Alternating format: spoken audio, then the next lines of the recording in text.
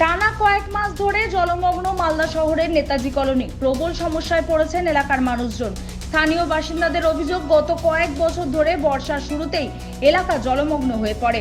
তো আমরা এই ডেঙ্গু প্রাকালে চেষ্টা করছি সেই জল জায়গাগুলো, যেহেতু জল নিকাশির আমাদের কাজ চলছে, আপনারা জানেন খুব ভালো মতো, এবং আমাদের চেয়ারম্যান স্যার অতি তৎপরতার সাথে সেই জায়গার কাজ সম্পন্ন করার জন্য আমাদের ইরিগেশনের এনওসিও নিয়ে এসছে। তো আমাদের সেই কাজ চেষ্টা করছি আমরা খুব তাড়াতাড়ির সাথে সম্পন্ন করা। দুর্গন্ধ, নোংরা জমা জলের মধ্যে দিয়েই জীবনযাপন করতে হয় ওই এলাকার বাসিন্দাদের। একটু বৃষ্টি হলে জল বেঁধে যায়, রাস্তা ডুবে যায়, আমরা খুব অসুবিধা, চলতে পারছি না। দোকান আছে, দোকানও ঠিক মতো চলে না, জলের জন্য লোকজন আসে না। তারপর রাস্তাটা হলে আমাদের খুব উপকার হতো। বিষয়টি নিয়ে স্থানীয় কাউন্সিলরকে একাধিকবার জানানো হয়েছে।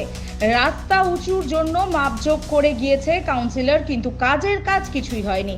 জল পচে গিয়ে স্থানীয় বাসিন্দাদের চর্মরোগ দেখা দিচ্ছে। সব মিলিয়ে নিকাশি ব্যবস্থার বেহাল দশা নিয়ে প্রশাসন সহ পৌরসভার বিরুদ্ধে তীব্র ক্ষোভ উগরে দিয়েছেন স্থানীয় বাসিন্দারা।